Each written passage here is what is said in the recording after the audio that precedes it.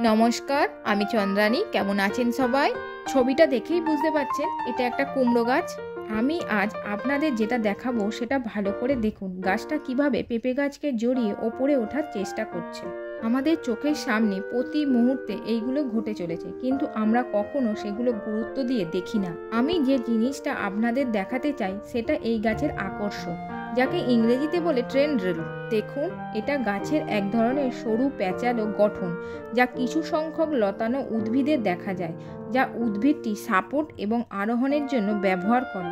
এই আকর্ষণ প্রকৃতপক্ষে উদ্ভিদের হাত, যা তাদের অবলম্বন করে ওপরে উঠতে সাহায্য করে। আকর্ষণ আবার বিভিন্ন উদ্ভিদের বিভিন্ন অঙ্গের পরিবর্তিত রূপ। যেমন এই কুমড়ো গাছটা দেখছেন, এর আকর্ষণ এর কাণ্ডের পরিবর্তিত রূপ।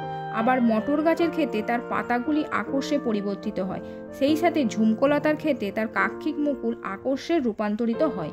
আগেই বলেছি, আকর্ষের কাজ হচ্ছে উদ্ভিদের অবলম্বন। এই আকর্ষ উদ্ভিদের বেঁচে থাকার জন্য একটি গুরুত্বপূর্ণ অভিযোজন।